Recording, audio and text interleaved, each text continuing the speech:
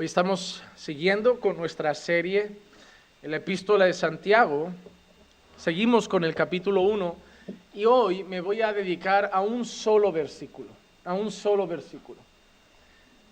Vamos a estar leyendo el versículo 12 del primer capítulo de Santiago. Y hoy solo me voy a dedicar a ese versículo, porque creo que los que siguen ya es un tema un tanto diferente. La semana que viene, los siguientes versículos que estaremos trabajando hablan de la tentación. El mensaje del jueves que viene se titula Origen y consecuencias de la tentación. Ya es un tema distinto al que vamos a tratar en esta tarde, pero en el versículo 12, a pesar de ser solo un versículo, nos da mucho que hablar. Mucho que hablar. Así que vamos a leerlo y dice así: Bienaventurado el hombre que persevera bajo la prueba, porque una vez que ha sido aprobado, recibirá la corona de la vida que el Señor ha prometido a los que le aman.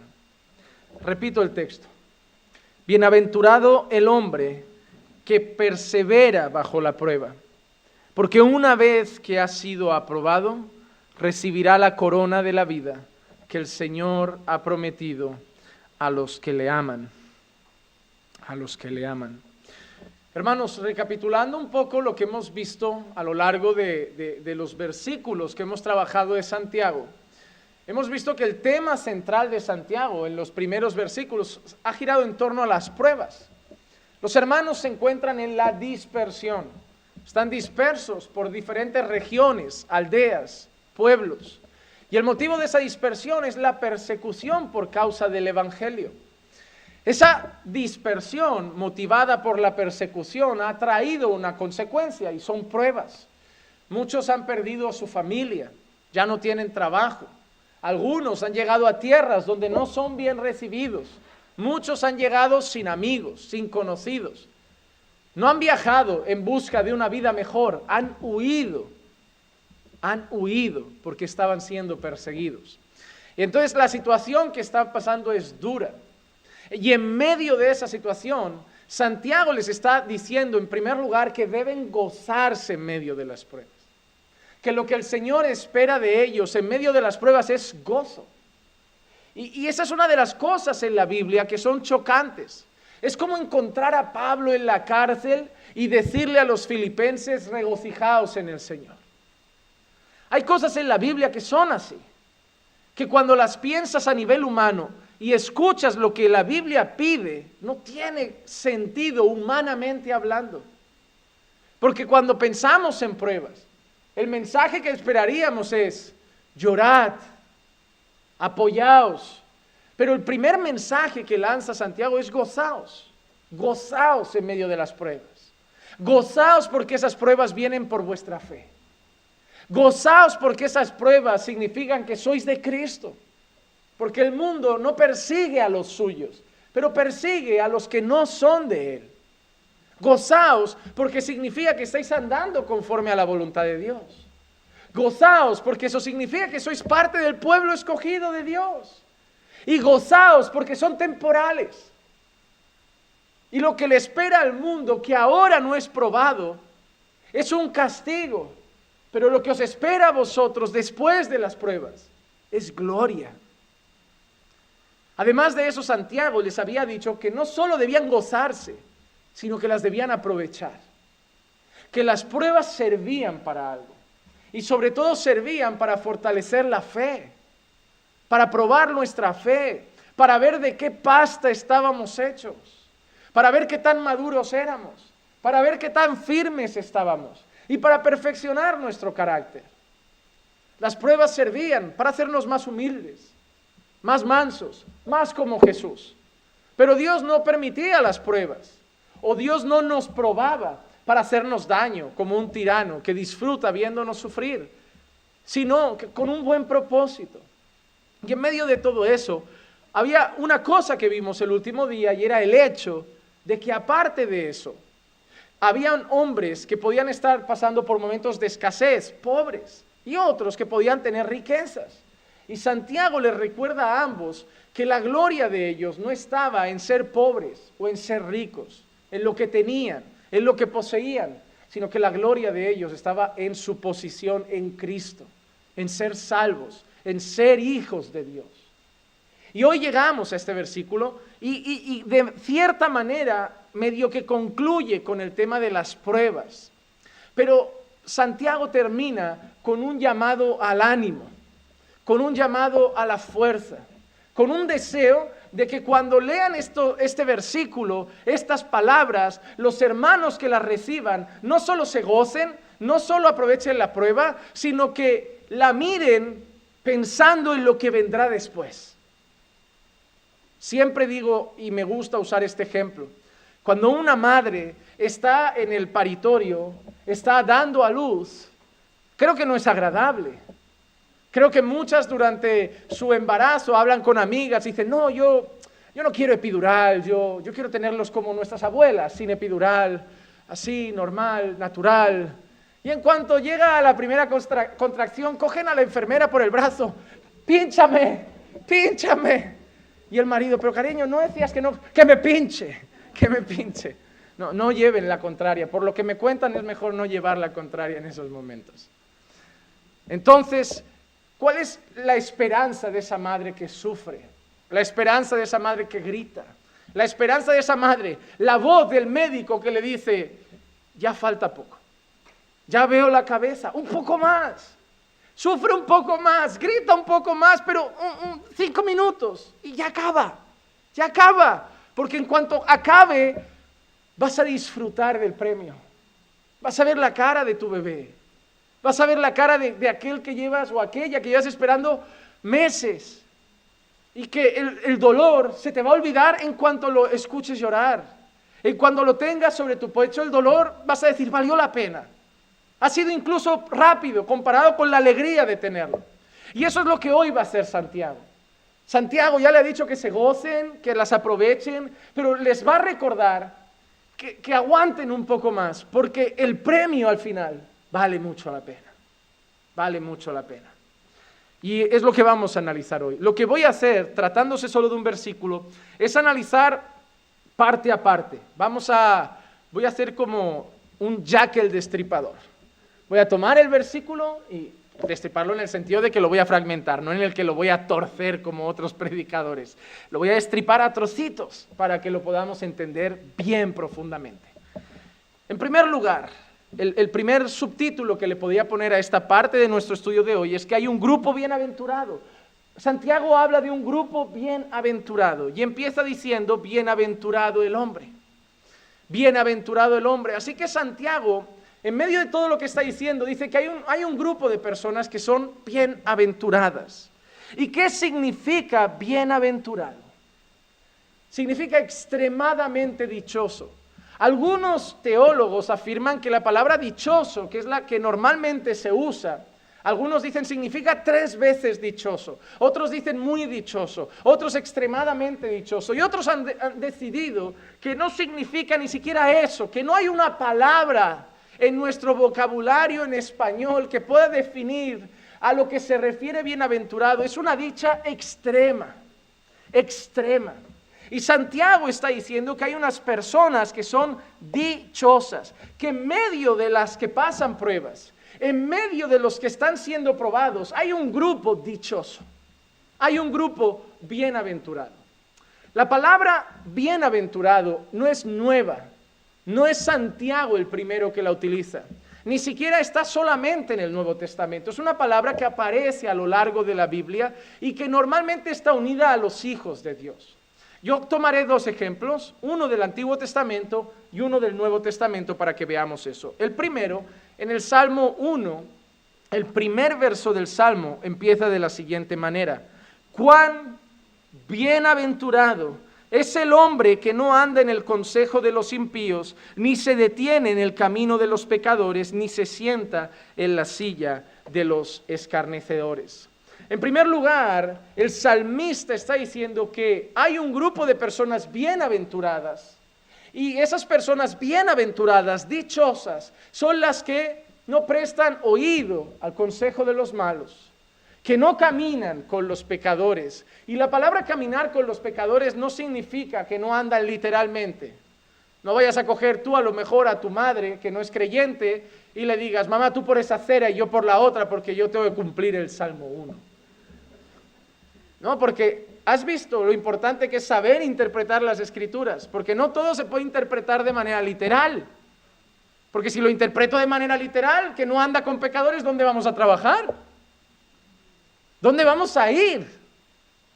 ¿Dónde vamos a ir? Pero se refiere a ¿qué? Compartir con ellos, andar como ellos andan, hacer lo que ellos andan. Por eso luego dice sentarse en la silla de los escarnecedores.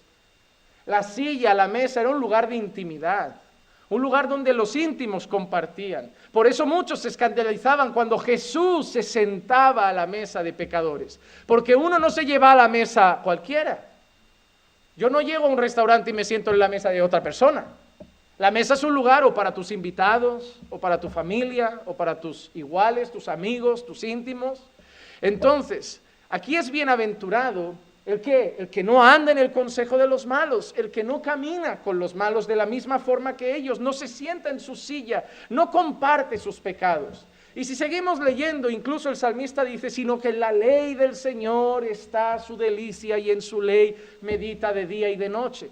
Así que el salmista está diciendo que unas personas bienaventuradas son aquellas que no aman el pecado, que no se deleitan en el pecado, sino que por el contrario se deleitan en la palabra y la voluntad de Dios. Y el salmista dice que esas personas son dichosas, son bienaventuradas, son dichosas. Pero no solo eso aparece en los salmos. Alguien que usó mucho la palabra bienaventurado, y yo la he enseñado en varias clases en los domingos, fue Jesús. El principio del sermón del monte de Jesús es conocido como las bienaventuranzas. Jesús repite constantemente personas que son bienaventurados. Por ejemplo, Mateo capítulo 5 y versículo 3. Bienaventurados los pobres en espíritu, pues de ellos es el reino de los cielos. Bienaventurados los pobres en espíritu, porque de ellos es el reino de los cielos. Ahora Jesús dice que hay unas personas que son dichosas, bienaventuradas, y esas son las pobres en espíritu. No podemos hacer la clase entera, pero recordemos que se refería a esa pobreza espiritual.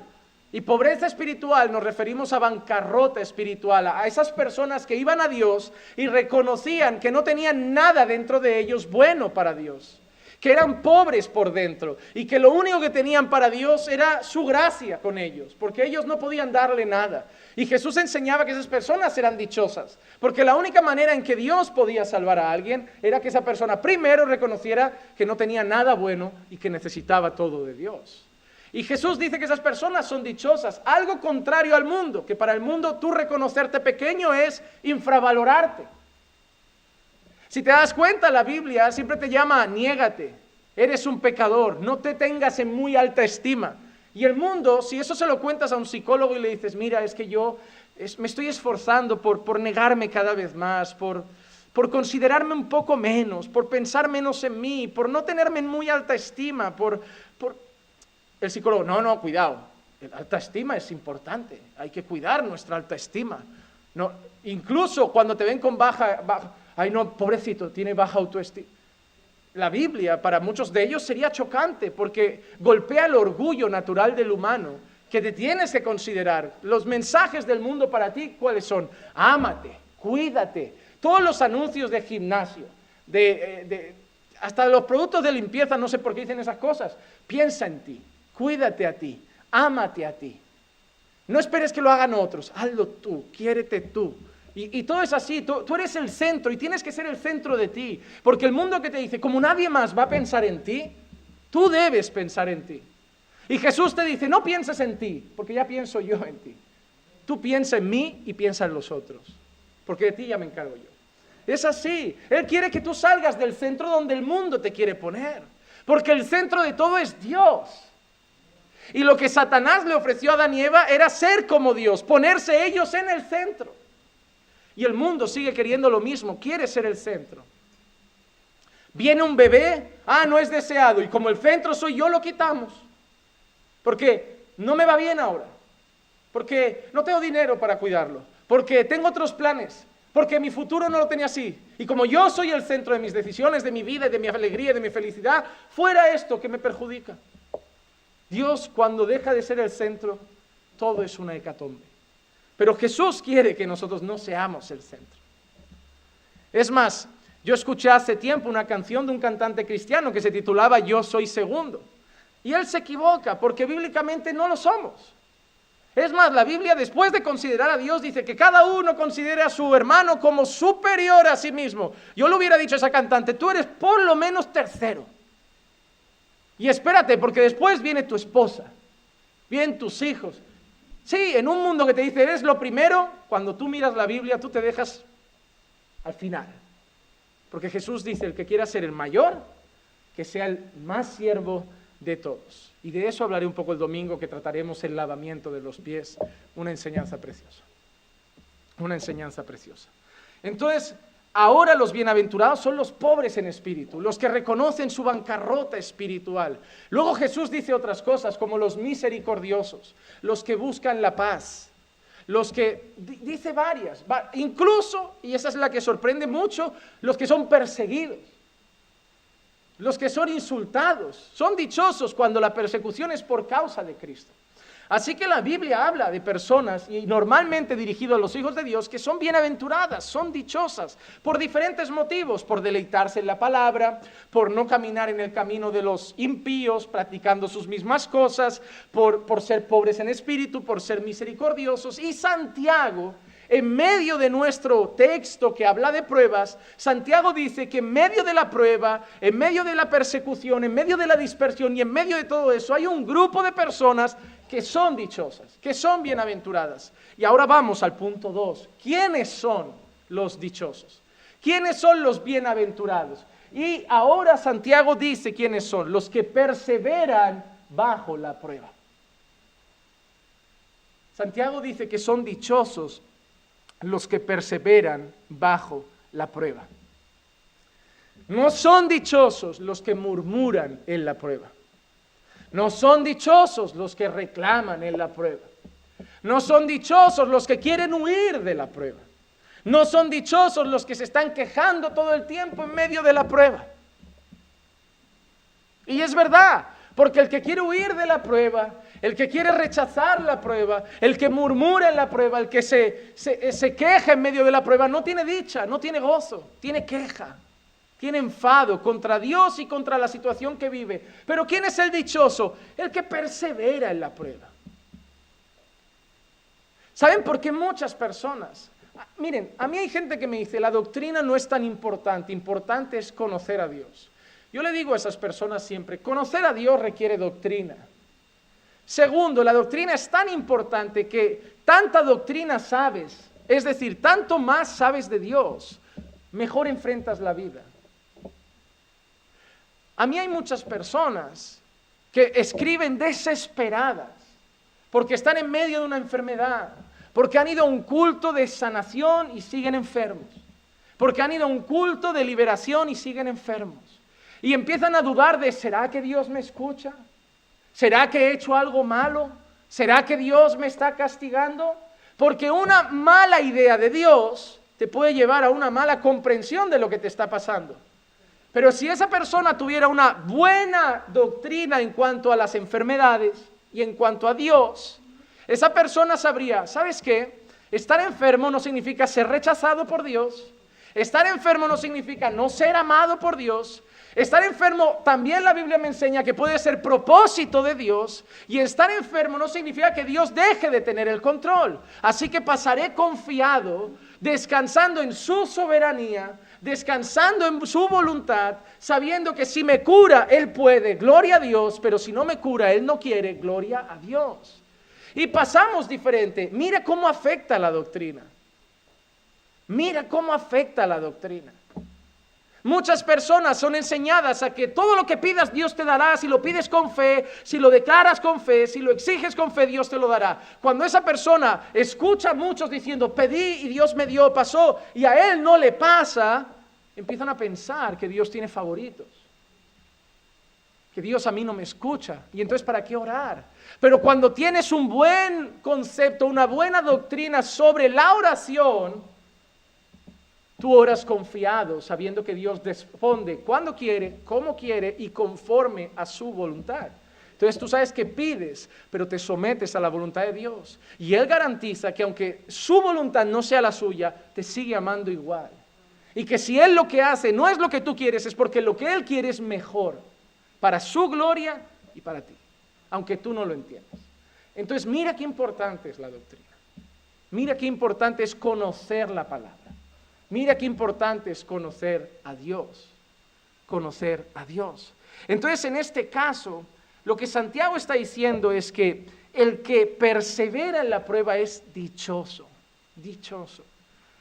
La Biblia enseña que conforme los tiempos avancen, las cosas se van a poner peor. Y la Biblia enseña que conforme los tiempos avancen, el odio va a crecer, la persecución va a crecer y las pruebas para nosotros van a crecer. Y Jesús enseñó que por causa de eso, el amor de muchos se iba a enfriar. Mateo capítulo 24 y versículo 12 dice, y debido al aumento de la iniquidad, el amor de muchos se enfriará. Jesús advierte a sus discípulos casi al final del Evangelio de Mateo. Está faltando apenas no llega a 4 capítulos completos para terminar. Jesús está diciéndoles cómo son los tiempos finales. Y una de las cosas que les enseña es las pruebas, las señales del fin, el crecimiento de la maldad, el crecimiento de la iniquidad, el crecimiento del pecado, el crecimiento del odio, el crecimiento de la persecución. Y Jesús le dice a sus discípulos que por causa de todo eso, la fe de muchos iba a ser zarandeada. La fe de muchos iba a ser sacudida. La fe de muchos iba a ser mermada en cierta manera, iba a ser agobiada por causa del aumento de todo eso. Hay gente que no estaría fuerte lo suficiente para todo lo que se nos viene encima. Y el amor de muchos se iba a enfriar. Y es cuando al final llama a la perseverancia diciendo, pero el que persevere hasta el fin. El que persevere hasta el fin, ese será salvo. Y obviamente hay algo que debemos entender. En la perseverancia no todos vamos a perseverar igual. Unos perseverarán como toros, como búfalos fuertes, enfrentando todo con coraje, valentía, incluso asombrando a muchos hermanos sobre cómo enfrentarán las pruebas. Otros las enfrentarán a duras penas y otros las enfrentarán y perseverarán arrastrándose y mientras el resto tiran de ellos. Pero que los hijos de Dios llegan al final, llegan. Pero obviamente lo que desea el Señor es que en esas pruebas perseveremos con gozo, con dicha, con confianza, con fe. Y hay ejemplos en la Biblia de personas que en medio de la prueba no solo se mantienen, sino que son fortalecidas.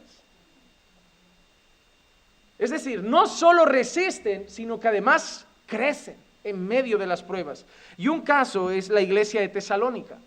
En la segunda carta de Pablo a los tesalonicenses, el capítulo 1, el versículo 3 al 5, Pablo dice, siempre tenemos que dar gracias a Dios por vosotros, hermanos, como es justo. Porque vuestra fe, escuchad ahora lo que dice Pablo en este pasaje, porque vuestra fe aumenta grandemente. ¿Qué aumenta? La fe. Y mira que dice, y el amor de cada uno de vosotros hacia los demás abunda más y más. ¿Qué más aumenta?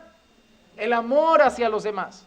Así que Pablo dice, estamos contentos, estamos gozosos de que vuestra fe aumente y de que vuestro amor por los demás aumente. Incluso dice que se sienten orgullosos. Mira cómo sigue. De manera que nosotros mismos hablamos con orgullo. Cuidado con esa palabra. Pablo no está hablando del orgullo.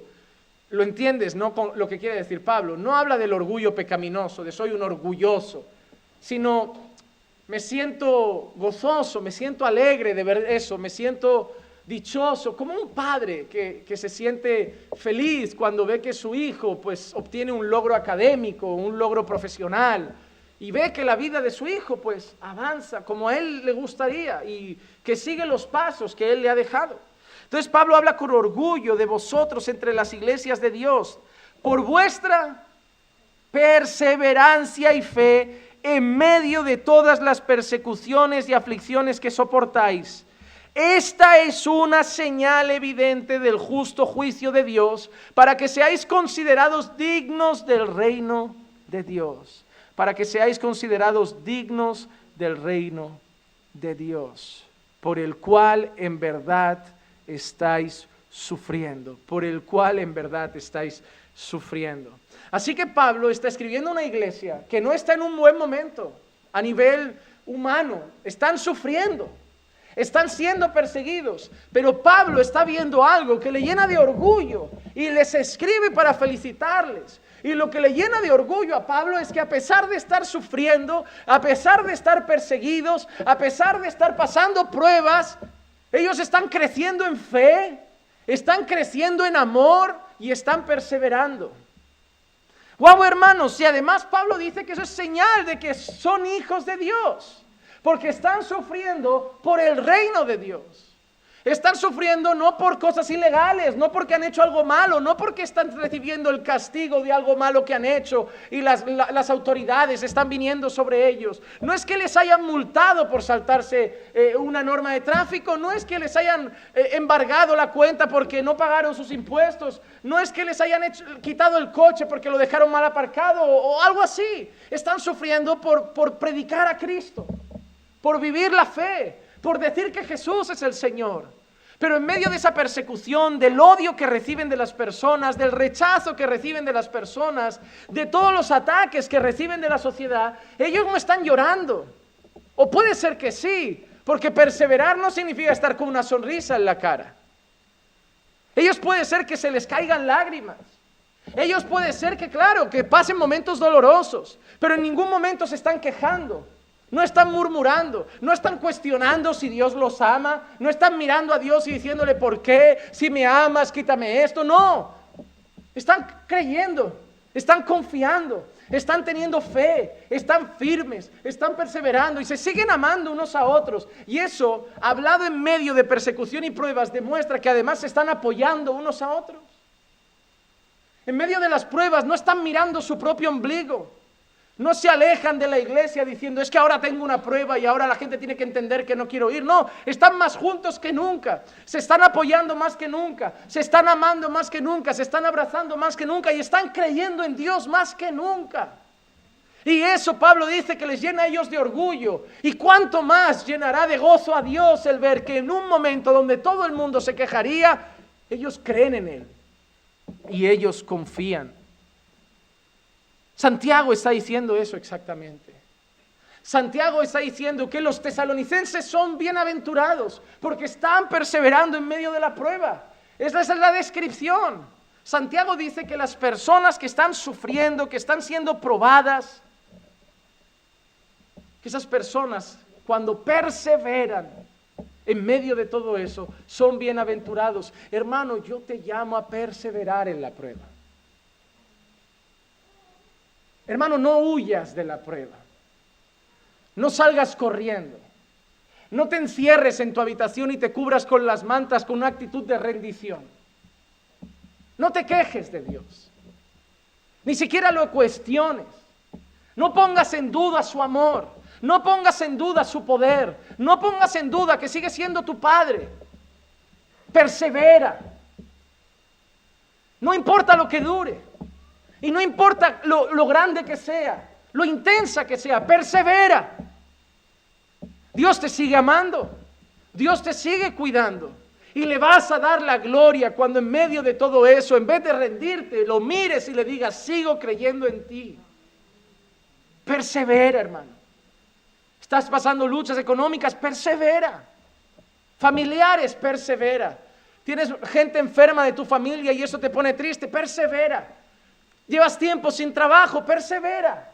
No es Dios que no te quiere. No es Dios que le has hecho algo y te está castigando porque te odia. Persevera. Dios quiere ver cuán firme estás en Él. Dios está probando tu fe. Dios está probando tu firmeza, tu solidez. Y hoy tomo esta palabra. Y así como Santiago la llevó a sus hermanos, yo os la llevo a vosotros. Muchos no estáis en la dispersión por pruebas, pero muchos habéis salido por necesidad también de vuestros países. Muchos habéis salido de vuestros países porque la necesidad económica lo llevó, porque no había que comer, o porque estabais sufriendo, o por algún problema personal.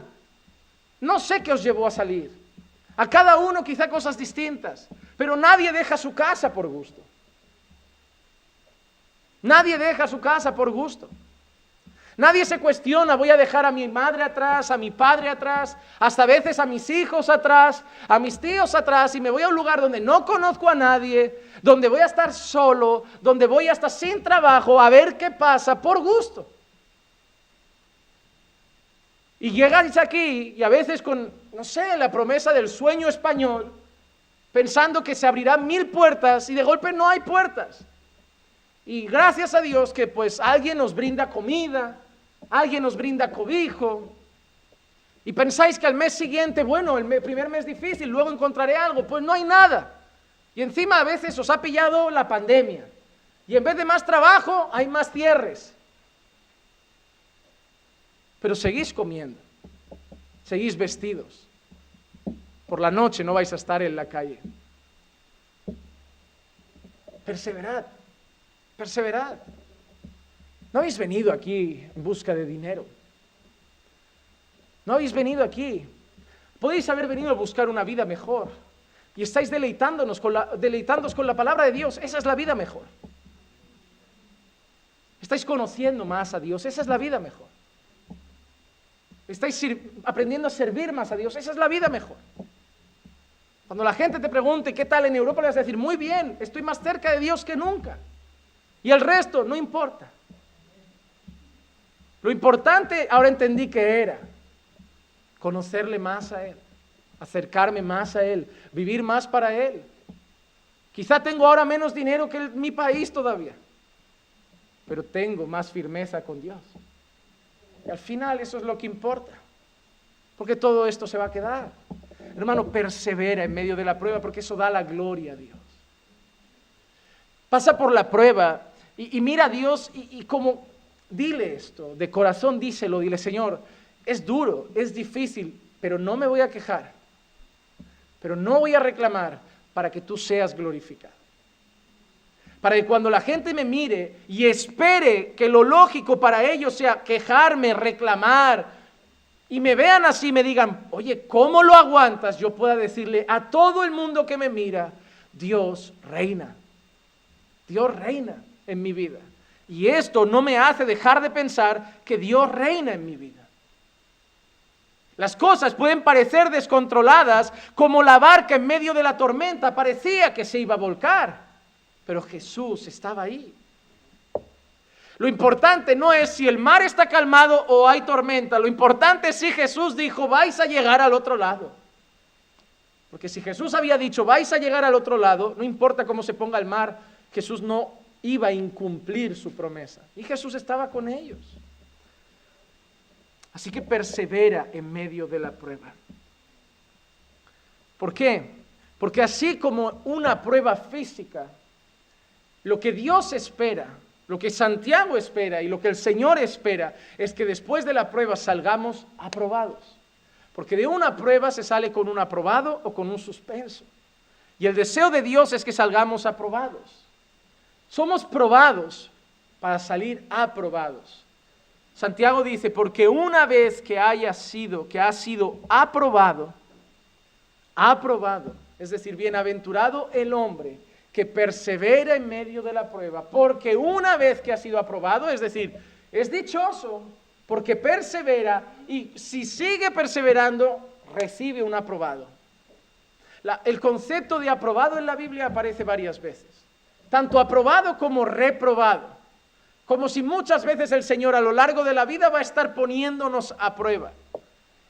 No quiero que lo malinterpretéis, pero a veces es como que Dios nos examina. No con el deseo de suspendiste, ahora ya no eres mi hijo. Pero nos examina para...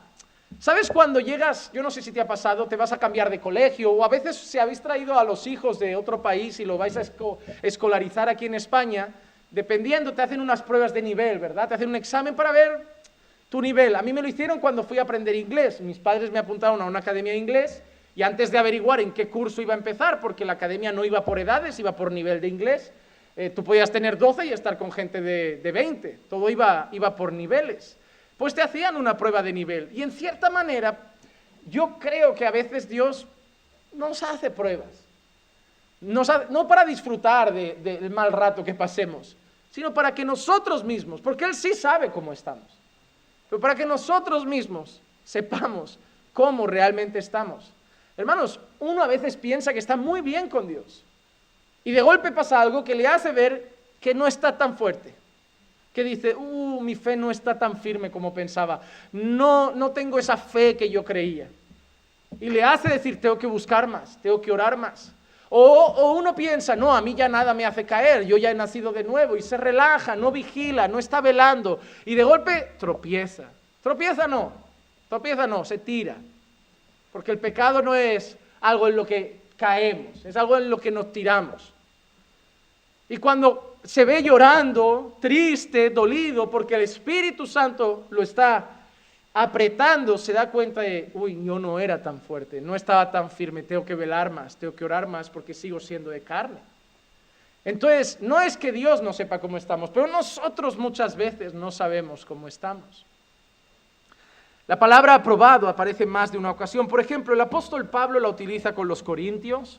Segunda carta a los Corintios, capítulo 10, versículo 17 y 18. Pero el que se gloría, que se gloríe en el Señor. Porque no es aprobado el que se alaba a sí mismo, sino aquel a quien el Señor alaba. Ahora Pablo le está diciendo a los Corintios que su gloria debe estar en el Señor. Y dice, porque no es aprobado el que se alaba a sí mismo, sino el que es alabado por Dios. Pablo le está diciendo a los corintios que tú no eres quien para decirte estoy bien. Tu criterio no es el que importa, y el de los demás tampoco. Ahora, por ejemplo, muchas personas por los vídeos que ven en internet, por las enseñanzas que ven en YouTube, pueden escribir y decir, eres un hombre de Dios. ¿Tú me vas a probar? No sé ni quién soy.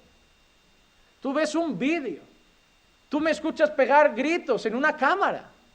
¿Cómo puedes definir un gran hombre de Dios por gritos en una cámara? Sí, puede ser que predique bien, pero ¿cuántos han predicado bien y han vivido mal? Tú no puedes determinar que alguien es un gran hombre de Dios solo por lo que le escuchas decir, hasta que no conoces sus pasos. Y es más, al final todos podemos actuar. Todos podemos actuar. Donde no actuamos es en casa.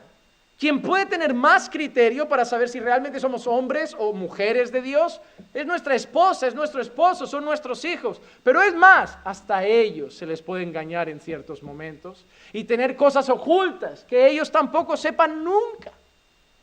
Al final, la aprobación solo puede venir de uno que todo lo ve y que todo lo sabe, y es el Señor. Miren, yo podría ser una persona que aquí parezco muy piadoso, en mi casa, ser más o menos un buen esposo, atento, no dejar que falte nada, aparentar todo bien y luego tener un vicio oculto. No sé, alguna droga, alguna cosa, alguna mala costumbre pecaminosa que de vez en cuando en la intimidad yo haga sin que nadie más sepa. Para mi iglesia estaré bien, para mi esposa estaré bien, hasta para mis hijos estaré bien, pero para Dios estaré reprobado.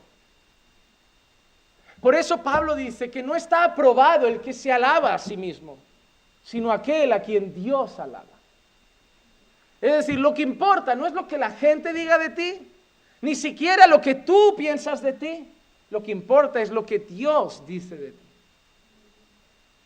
Lo que Dios dice de ti. Y eso determina si estás aprobado o no. El ejemplo para mí, por ejemplo, el caso de Job. La gente podía llegar a pensar muy mal de Job por todo lo que le pasaba, hasta los amigos. Por un momento le empezaron a decir, a ver Job, conocemos a Dios y sabemos que Dios no le hace estas cosas a alguien que anda bien. Ellos no le dijeron a Job, ocultas algo, porque son sus amigos, son más sutiles. le dijeron a Job, Dios no le hace esto a gente que lo hace todo bien. Le estaban diciendo lo mismo de otra manera, lo que nosotros conocemos como una indirecta o ironía. Pero la verdad es que lo que importa no es lo que dijeron sus amigos, ni lo que pensaba la sociedad. Lo que importa es que al principio del libro, Dios dice de Job, ¿has visto a mi siervo Job, varón justo y recto? No importa lo que piensen los amigos, no importa lo que piense la sociedad. Hasta Job llegó un momento que no entendía las cosas y decía, Señor, ¿sabes qué? Maldigo el día en que nací. Llegó a ese punto. Pero lo que importaba no es ni siquiera lo que Job estaba pensando, importaba lo que Dios pensaba de Job. Y Dios pensaba que Job era recto y justo. Para Dios, Job era un hombre aprobado. Lo que importa es ser aprobado por Dios. Pablo, así como a los corintios, usa la palabra aprobado también en otra carta y lo estudiaremos más a fondo porque es la segunda carta a Timoteo, la que estamos trabajando los martes. Y en el capítulo 2, pero en el versículo 15 dice así, procura con diligencia presentarte a Dios aprobado. Como obrero que no tiene de qué avergonzarse, que maneja con precisión la palabra de verdad. La palabra de verdad. En este caso, no está hablando de otra cosa como Pablo, que enfoca más la alabanza que pueda venir de Dios y esa es la que nos aprueba, sino que en este caso Pablo está relacionado un obrero aprobado con un obrero que maneja con precisión la palabra de verdad.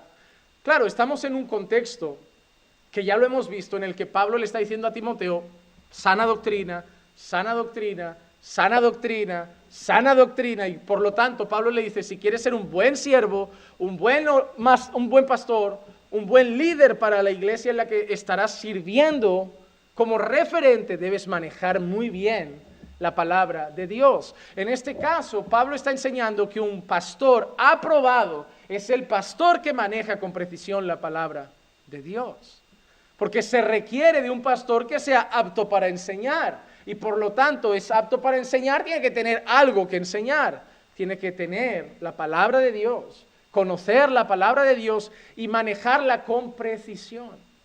No solo conocer algunas partes, conocer el consejo de Dios, para poder enseñar a su iglesia el consejo de Dios. Y entre otras cosas, eso hará de él un siervo aprobado. No es que solo importe la palabra, pero la palabra es importante. Si yo predico de manera equivocada, si yo no conozco la Escritura, si yo no tengo alimento que dar a la iglesia del Señor, yo no estoy aprobado como siervo de Dios. Necesito manejar con precisión la palabra de Dios. Entre otras cosas, Pablo también determina que los siervos deben tener un carácter irreprochable. Por eso, cuando un pastor cae en una falla moral, cuando un pastor cae en una práctica pecaminosa, en algo muy ilícito, y cae su moral, consideramos que es reprobado para el ministerio y ya no puede ejercer. Porque se requiere que sea aprobado. Entonces, Santiago habla de ser aprobados, Pablo habla en más de una ocasión de ser aprobados. La Biblia, en la vida, en el ministerio, en el servicio, muestra en varias ocasiones que debemos ser aprobados ante Dios. Y solo somos aprobados si somos probados. Dios va a probar qué tipo de creyente eres. Dios va a probar cómo está de firme tu fe. Dios va a probar qué tipo de pastor eres. Dios va a probar qué tipo de esposa eres, qué tipo de esposo eres, qué tipo de padre eres. Y Dios espera en todo tiempo que salgas aprobado, que salgas aprobado. Ese es el deseo de Dios. Y en nuestro texto, concretamente, en el texto de Santiago, Dios desea que cuando nuestra fe sea aprobada, que cuando pasemos por las pruebas y las dificultades, pasemos aprobados al perseverar en medio de ellas. Hermano, como antes te he dicho, persevera. Ahora te digo, lucha para ser aprobado por Dios en medio de la prueba. No tengas miedo de decir, y si no, no tengas miedo. Él te sostiene. Él te sostiene. Es como si te estuvieras cayendo desde un avión a 6,000 pies de altura, pero te estás cayendo con el paracaídas abierto. Tú solo ves que el suelo está cerca, pero el paracaídas va a impedir que te rompas la cabeza. Dios es tu paracaídas. Dios es tu paracaídas. Si no fuera por Dios, hermano, veníamos a la tierra como un cráter, la perforábamos, nos dábamos, pero Dios es el paracaídas. La caída es tremenda, pero Él hace que lleguemos seguros.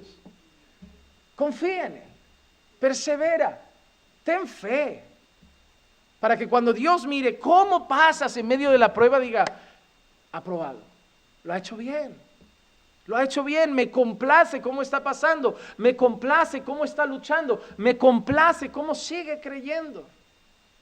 Hermano, trae alegría al corazón de Dios en los momentos difíciles de tu vida. Porque es fácil cantar a Dios cuando todo va bien. Es fácil venir al culto, levantar las manos, tener una sonrisa en la cara y estar lleno de gozo cuando hay trabajo, hay comida y hay salud.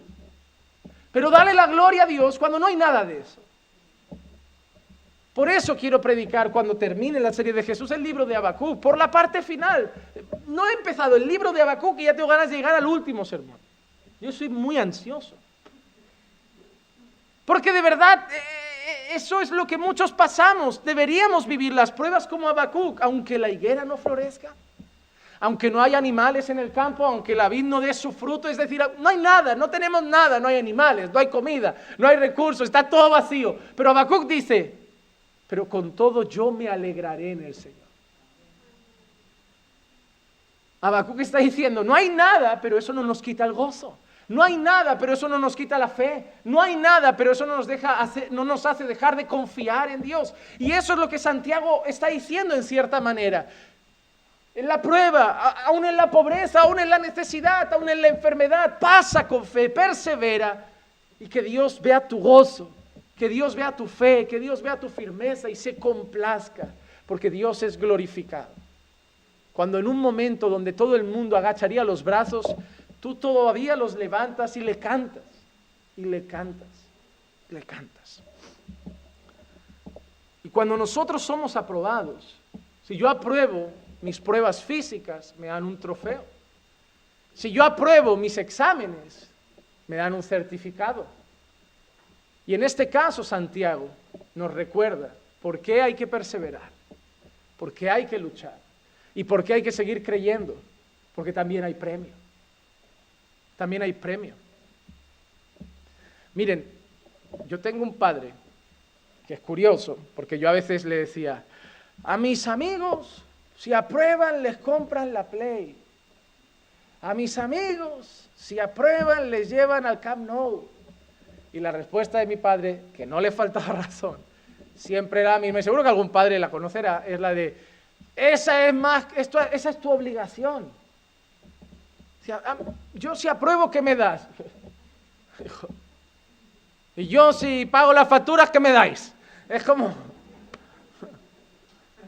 lo que se espera de mí como padre, ¿qué es? Que no falte nada, yo hago mi parte. ¿Qué se espera de ti como hijo? Por lo menos que estudies, porque no haces otra cosa. Y encima quieres premio, como si te estuvieras ganando. Oye, es que mira, voy a la escuela 6 horas al día. Y si nuestros padres que iban a la mañana a la escuela y a la tarde al trabajo. Nuestros padres que se sacaban, me acuerdo, mi padre estudiando medicina por las tardes y las noches y por la mañana trabajando en un mercado, en una charcutería vendiendo embutidos. Llegando el sábado y recibiendo 4 duros de mi abuelo y teniendo que repartirlo con sus hermanos. Si hoy se levantara esa generación, hoy van a trabajar y le dice, hijo, ¿por qué no te buscas algo para los sábados, para tus gastos? Ay, no, que si no, no rindo, yo tengo que estar concentrado en los estudios, pero si estás sacando un 5, o sea, no, muy concentrado no te estoy viendo. Mira, pues, ¿yo por qué digo esto? Porque Dios podría mirarnos y decir, ¿merecéis el infierno? No merecéis mi amor, no merecéis mi afecto, mi cuidado, mi protección. Así que si perseveráis en la prueba, no os tendría por qué dar nada. No tendría que haber premio, no tendría que haber galardón. Es más que vuestra obligación, os he salvado. Es como cuando Pablo, Dice, quítame el aguijón, quítame el aguijón, quítame el aguijón. Y Dios le dice, mira, Pablo, te basta mi gracia. Ya te he salvado. O sea, no, tú quieres que te salve, te quite la miopía, andes derecho, te crezcas 5 centímetros. A ver, hay gente que con Dios es así. Señor, lo de la salvación está bien, pero ¿me haces más alto, rubio, ojos azules? ¿Me haces parecer noruego, un vikingo? Hermanos, pero Dios es tan bueno que pudiendo decir, es vuestra obligación, encima nos bendice. Cuando yo veo textos en la Biblia que hablan de la obediencia, por ejemplo, en Deuteronomio hay un pasaje que habla bendiciones de la desobediencia. Es el titulito que pone siempre en las Biblias. Si guardas mi ley, si guardas mis mandamientos, ¿sabes qué le dice Dios a su pueblo? Yo llenaré tus graneros, yo haré esto, yo haré aquello. Oye, es Dios, podía ordenarlo y punto, y a obedecer. Pero da premio encima. Hermanos, Dios bendice la obediencia. Dios bendice la fidelidad. No debería, es decir, no es su obligación, pero Dios lo hace. Y en este caso Santiago dice, persevera, lucha y sea aprobado, porque al final hay premio. Al final Santiago dice, recibirá la corona de la vida que el Señor ha prometido a los que le aman, a los que le aman. Al que persevera en medio de la prueba, al que resiste, al que por lo tanto resulta aprobado, al final de la carrera, Dios le dará una corona. Y esa corona, hermanos, no aparece una vez en la Biblia, aparece varias veces. Vamos a ver rápido 3 pasajes donde aparece. Primera carta de Pablo a los Corintios, capítulo 9, versículo 25. Dice, y todo el que compite en los juegos se abstiene de todo. Ellos lo hacen para recibir una corona corruptible, pero nosotros una incorruptible. Rápidamente, Pablo está hablando aquí en un contexto griego. ¿Quiénes son los reyes de las Olimpiadas? Los griegos. Los griegos. Y no sé si habéis visto alguna foto, pero cuando ganaban les ponían una corona aquí, que era como de hierbas, parecían unas plantas. Lo que ahora le damos a los muertos, se lo ponían en la cabeza. Les ponían una corona, no era de oro, no era de metal, normalmente era de algo vegetal, no recuerdo el tipo de planta concreto que era, pero era así.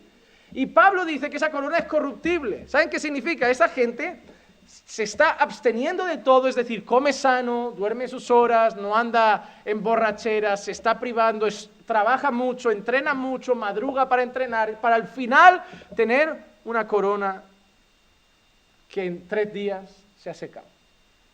Que en 3 días se ha secado. Y Pablo le dice a los hermanos en Corinto, a los creyentes, vosotros deberíais esforzaros más todavía, porque la corona que vosotros tenéis no es así, no se pierde en 3 días, es incorruptible, es gloriosa. Por eso Pablo llama a los corintios que así como los atletas se privan de muchas cosas para estar físicamente bien, los creyentes deberíamos privarnos de muchas para estar espiritualmente bien.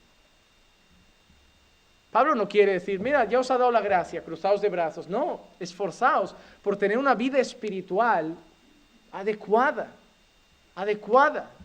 porque la corona que vais a recibir es incorruptible. El apóstol Pedro también habla de esa corona, y además el apóstol Pedro dice cuándo la recibiremos. Primera de Pedro 5:4, y cuando aparezca el príncipe de los pastores recibiréis la corona inmarcesible de gloria. ¿Cuándo dice el apóstol Pedro que recibiremos esa corona? Cuando venga el príncipe de los pastores. Eso apunta al regreso de Cristo.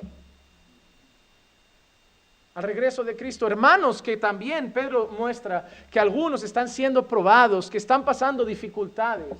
Pedro también les anima a mantenerse puros, santos, firmes, porque cuando venga Cristo nuevamente, cuando el Señor vuelva por su pueblo, nos va a dar una corona inmarcesible de gloria.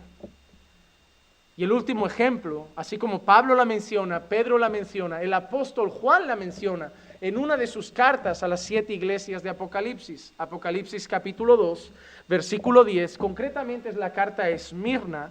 dice, no temas lo que estás por sufrir. He aquí el diablo echará a algunos de vosotros en la cárcel para que seáis probados, y tendréis tribulación por 10 días. Sé fiel hasta la muerte y yo te daré la corona de la vida. Te leo Santiago otra vez.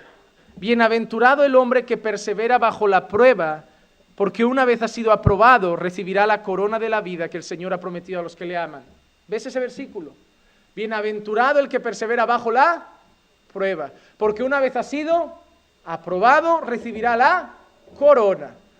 Mira lo que dice Juan, para que veas, no hay mucha diferencia. Mira lo que dice Juan. El diablo echará a algunos de vosotros en la cárcel para que seáis probados y tendréis tribulación por 10 días. Antes les ha dicho, no temas lo que estás por sufrir. Sufrir y tribulación no es prueba. El diablo los echará en la cárcel para que seáis.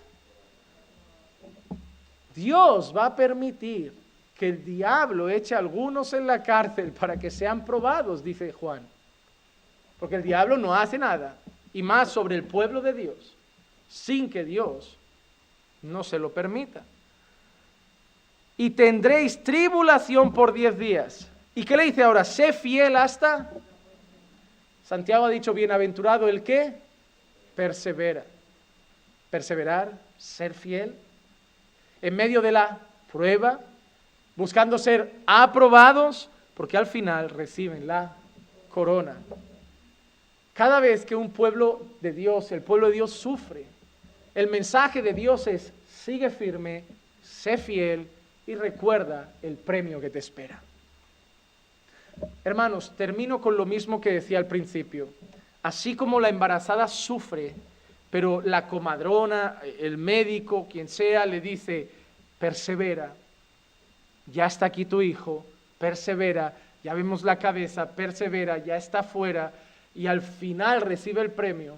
Así en medio de la prueba es como Dios, mientras nosotros llegamos incluso a sufrir dolores de parto, Dios nos dice, persevera, ya veo el final, persevera, ya falta menos, persevera, ya estoy llegando.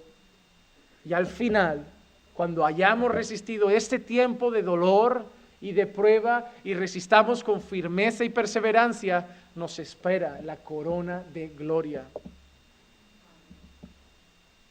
Como los capitanes a los soldados en medio de la guerra dura un rato, la gloria es para siempre. Y esta vida, hermanos, es así, vamos a sufrir. La iglesia, pare de sufrir, es una secta, es una secta. ¿Saben lo que el hombre quiere? No quiere sufrir, voy a hacer una iglesia y la voy a llamar, pare de sufrir. Ya está, ¿quién no quiere ir a esa iglesia? Claro que sí. Es así, pero es una mentira, es una mentira. La iglesia que te prometa que nunca estarás enfermo, te miente. La iglesia que te prometa que nunca pasarás a lo mejor momentos de necesidad, te miente. La iglesia que te prometa que nunca vas a llorar, te miente. La iglesia que te prometa que estar con Dios significa que todo acaba en victoria. Sí, en victoria, pero en victoria no significa que acaba bien como a ti te parece. Acaba bien como Dios quiere. La iglesia que te diga que vas a llegar muy alto, te miente. Muchos de vosotros no tendréis casa propia. Algunos de vosotros toda la vida tendréis que vivir de alquiler. Algunos de vosotros a lo mejor no llegáis a tener grandes salarios, no os faltará el pan de cada día. Dios no dejará de daros vuestro sustento, pero no, a lo mejor nos dará riquezas. Y veréis a otros que sí las tienen. Algunos de vosotros pasaréis por enfermedades graves. Ya hemos tenido gente en la iglesia pasando cáncer. Algunos de vosotros perderéis seres queridos. Algunos de vosotros, cuando menos lo esperéis, podéis ser despedidos del trabajo. Dios no ha prometido un camino de rosas. Por eso llama a perseverar. ¿Por qué hay tanto texto de perseverar en la prueba si el Señor sabe que cuando empiece te la quita? No hay ningún texto de yo reprendo la prueba en el nombre de Jesús. No hay ningún texto de yo reprendo esto en el nombre de Jesús. Eso lo inventó la iglesia moderna. Eso lo inventó la iglesia moderna, que hizo entender a la iglesia que si sigues en la prueba es porque no tienes fe, porque no crees lo suficiente y tantas otras cosas. Pero yo prefiero decirte, no lo que dicen los apóstoles modernos, no lo que dicen los profetas modernos, no lo que dicen algunas iglesias modernas. Yo prefiero decirte, cuando llegues con un sufrimiento a la iglesia, al despacho, yo como pastor me veo en la necesidad de decirte, persevera. Pastor, ¿pero cómo se acaba? No lo sé. ¿Y cuándo acaba? No lo sé. ¿Y si acaba? No lo sé. Persevera. Duele, persevera. No es agradable, persevera. Dale la gloria a Dios en medio de la prueba. Mira al final y recuerda lo que te espera. Recuerda que lo que te espera no tiene comparación con lo que estás buscando aquí. Así que anímate, hermano, en medio de la prueba. Claro, no te digo que te rindas, esfuérzate por salir de ella, esfuérzate por encontrar un empleo, esfuérzate por, claro, ahora todos, pues es verdad, ya ni quiero comprarme una, no, ten cara propia, todo lo que puedas tener, tenlo, pero no pongas tu gozo y tu esperanza en esas cosas, porque solo Dios sabe las que tiene para nosotros. Yo siempre le digo a la gente, corred detrás de las cosas normales de la vida. Un coche, cómpralo si puedes. Una casa, hipotécate. Cómprate algo si quieres. Hazlo. Pero no pongas tu alegría en tener eso, porque no hay garantía de que se vaya a tener. Si uno los tiene, los alegraremos con ellos. Y si otros nos tienen, también. Dios no nos va a dar a todos lo mismo. No vamos a pasar todos por las mismas cosas. Y no se trata de decir por qué Él sí, yo no, por qué Él no y yo sí. Por eso estaremos siempre aquí, soportando las cargas los unos de los otros, llorando con los que lloran y riendo con los que ríen, alegrándonos con el hermano que le dan el empleo y llorando con el hermano que lo pierde. Y todos aquí. A mí Dios me ha bendecido, a ti te falta, toma, ¿en qué te ayudo? Y haremos así, hasta que Cristo venga. Porque cuando Cristo venga, ya no seremos, tú tienes casa o no, tú tienes coche o no, cuando Cristo venga, la corona es para todos. Y eso es lo que importa. Vamos a orar. Padre, te damos gracias por tu palabra, que hoy nos anima a perseverar en la prueba y en la dificultad. Gracias por tu palabra que hoy nos anima a estar firmes. Gracias por tu palabra que hoy nos anima a buscarte, Señor, a pesar de las circunstancias, para salir aprobados, Señor, y pensar en la corona de gloria que nos espera en la eternidad. Fortalece a mis hermanos, ayuda a aquellos que están sufriendo, levanta a aquellos que están caídos y trae gozo a aquellos que están atribulados. Pero fortalece a tu iglesia, que tu palabra hoy pueda dar fruto, que puedan volver a casa a meditar en lo que han oído, Señor, y tu Santo Espíritu les dé fuerza para seguir adelante. Ese es mi deseo en esta tarde. Llévanos con bien a nuestras casas, acompáñanos hasta nuestros hogares y guíanos junto a nuestras familias. Danos una noche de descanso en tu presencia. Te lo pido en el nombre de Jesús. Amén, amén y amén.